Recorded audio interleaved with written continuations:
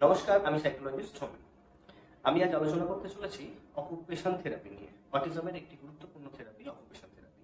আমি এর আগের ভিডিওতে আলোচনা করেছি সেন্সার থেরাপি নিয়ে। যারা আপনারা এই আগের ভিডিওটা দেখেছেন তারা নিশ্চয়ই বুঝতে পেরেছেন যে সেন্সার থেরাপি কতটা গুরুত্বপূর্ণ একটি থেরাপি। তার কারণ অটিজম বাচ্চার সব থেকে প্রথম যে সমস্যাটা, গোড়ার সমস্যাটাই হচ্ছে সেন্সার বা সেন্সার সমস্যা। তাই সেন্সার থেরাপি আমি সবার প্রথমে প্রয়োগ করার কথা বলেছি। আর সেন্সার থেরাপির সাথে সাথেই যে থেরাপিটা চলে আসে সেটা হচ্ছে occupation therapy. Actually sensor therapy আর অকুপেশন থেরাপি একেবারে হাত ধরাধরি করে চলে। এই কারণে বেশিরভাগ জায়গাতেই দেখা যায় যে সেন্সার আর অকুপেশন একই সাথে দেওয়া হয়। সেন্সার আর অকুপেশন একই সাথে দেওয়া হয়। বেশ কিছু জায়গায় সেন্সারের জন্য আলাদা আলাদা করে থেরাপি ব্যবহার করা হলেও অকুপেশনের সাথে সাথে সেন্সার থেরাপিটা চলতে থাকে, এটা বলা যায়।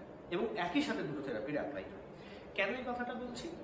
তার কারণ সেন্সার থেরাপির সাথে সাথে অকুপেশন থেরাপিটা যেমন ভীষণভাবে গুরুত্বপূর্ণ, আবার এই দুটোর মধ্যে ভীষণভাবে লিঙ্ক, মানে একে অপরকে বাদ দিয়ে কিছু হয় এমনটা ভাবা মুশকিল। কেন এরকম বলছি? তার কারণ আমি আগের ভিডিওতে একটা উদাহরণ দিয়েছিলাম যে যদি একটা বল আমাদের দিকে ছুড়ে দেওয়া হয় তাহলে আমরা হয় বলটাকে ক্যাচ করব, কিংবা আমরা বলটা যদি আমাদের সোজা আগিয়ে আসছে দেখি তাহলে আমরা সরে যাব বা আমাদের মস্তিষ্কটাকে সরিয়ে নেব যাতে বলটা আমাদেরকে আঘাত করতে না পারে। এখানে দেখুন, এখানে কিন্তু একই সাথে দুটো পার্ট কাজ করছে। এই যে বলটা ছুটে আসছে আমার দিকে, এইটা আমার চোখ বলটা ছুটে আসছে এটা দেখলো, দেখার পর সাথে সাথে আমার মস্তিষ্ককে পাঠালো, সেন্সটা মস্তিষ্ককে পাঠালো এবং মস্তিষ্ক আমার বডিটাকে কোঅর্ডিনেট করলো। অর্থাৎ এখানে এই যে কোঅর্ডিনেশন প্লাস সেন্স দুটো একসাথে কাজ করছে। এই কারণে সেন্সার আর অকুপেশনকে আলাদা আলাদা করে চিহ্নিত করা মানে খুবই একটা মুশকিল জায়গায় এসে দাঁড়ায়। তাও বেশ কিছু জায়গা আছে যেখানে আলাদা আলাদা করে সেন্সার থেরাপি দিতে হয়। এই কারণে সেন্সার থেরাপিটা খুব গুরুত্বপূর্ণ এবং তার সাথে সাথে অকুপেশন থেরাপিটা সমানভাবে গুরুত্বপূর্ণ। এক্ষেত্রে আমরা কি দেখব যে আমাদের যে জায়গায় সেন্সের সমস্যা আছে সেই সেন্সগুলোর কারণে সেই সমস্ত জায়গাগুলোতে আমাদের মস্তিষ্ক বডিটাকে কোঅর্ডিনেট করতে পারছে না। যেমন আমি বলের উদাহরণটা দিলাম, একইভাবে দেখুন একটা বাচ্চাকে যদি হাইটে তুলে দেওয়া হয়, একটু উঁচু সরু রেলিং এর ওপর তুলে দেওয়া হয়, তাহলে সে হয়তো সেটা দিয়ে যেতে ভয় করবে বা পড়বে কি পড়বে না, বা তাকে তার বডিটাকে ব্যালেন্স করে যে আগিয়ে যাওয়া, এই ব্যাপারগুলো সে সঠিকভাবে করে উঠতে নাও পারে, ম্যাক্সিমাম ক্ষেত্রেই করে উঠতে পারে না। কেন? তার কারণ এই যে একটা সরু রেলিং এর মধ্যে দিয়ে যেতে হচ্ছে আমাদেরকে, তখন একটা সেন্স আমরা সঠিকভাবে এই রেলিং এর উপরে কোথায় কতটা পা দেবো, কিভাবে আমাদের বডিটাকে ব্যালেন্স করে চলবো, এই সেন্স আর এই সেন্সটা অনুযায়ী আমাদের মস্তিষ্ক আমাদের বডিটাকে ব্যালেন্স করবে। তাহলে এই দুটোকে আমরা বাদ দিতে পারছি না, কিন্তু এই দুটো অত্যন্ত গুরুত্বপূর্ণ। এই কারণেই কি হয় না, ধাপে ধাপে সেন্সের সাথে সাথে অকুপেশনের বা কোঅর্ডিনেশনে মস্তিষ্ক যাতে পুরো বডিকে কোঅর্ডিনেট করতে পারে তার উপর বেস করে প্রচুর থেরাপি ডিজাইন করা হয়। বাচ্চার নিড অনুযায়ী প্রচুর থেরাপি ডিজাইন করা হয়। এগুলো ধাপে ধাপে করতে হয়, কিন্তু প্রচুর এই ধরনের এক্সারসাইজের মধ্যে দিয়ে নিয়ে যাওয়া দরকার। সেক্ষেত্রে যেমন খুব গুরুত্বপূর্ণ যেটা আমি বললাম যে হয়তো একটা সরু রেলিং এর উপর দিয়ে হেঁটে যাওয়া, বা সিঁড়িতে উঠতে শেখা, বাচ্চা সিঁড়িতে ধাপে ধাপে উঠতে শিখবে, বা দোলনায় চাপা। হ্যাঁ, বিভিন্ন ধরনের দোলনা এখানে ব্যবহার করা হয়। এগুলো বিভিন্ন রকমের সেন্স। ধরুন একটা টি দোলনা, সেই টি দোলনায় বাচ্চাকে উঠিয়ে দিলাম, বাচ্চা কিন্তু সেখানে বসার কোনো জায়গা পাবে না। বাচ্চাকে সেখানে কি করতে হবে না, টি দোলনায় যেমনি উঠিয়ে দেওয়া হলো, বাচ্চাকে টি দোলনাটাকে এরকম জড়িয়ে ধরে ঝুলতে হবে, ঠিক বাঁদর যেভাবে ঝোলে গাছের মধ্যে ঠিক সেইভাবে ঝুলতে হবে।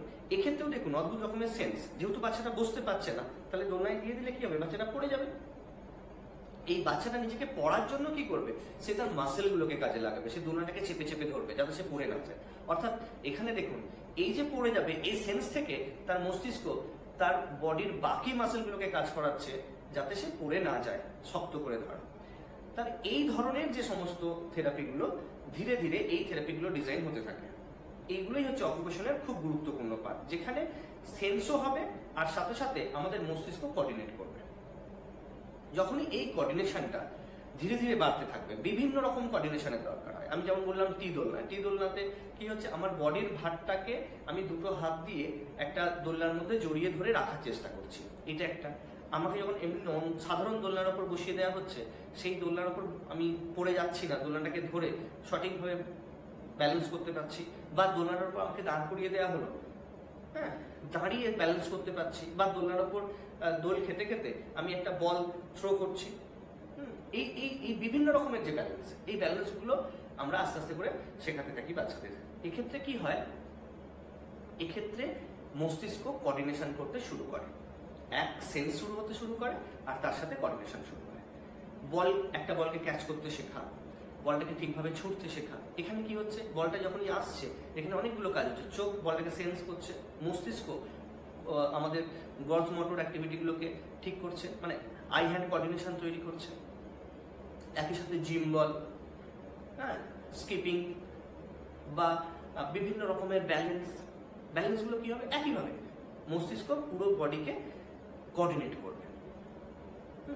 এইরকম বিভিন্ন রকমের এক্সারসাইজ হতে পারে এবং আমরা যতটা বেশি পারি এক্সারসাইজ দিতে পারি, তবে প্রত্যেকটাই স্টেপ বাই স্টেপ। এমন নয় যে খুব তাড়াহুড়ো করে সবগুলো একসাথে দিয়ে ফেলতে হবে, এমনটাও নয়।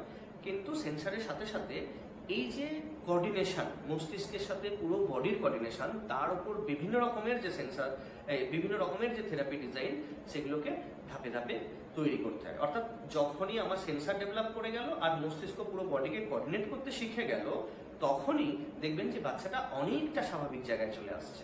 তখন দেখবেন বাচ্চাটা কমান্ড ফলো করতে শুরু করেছে।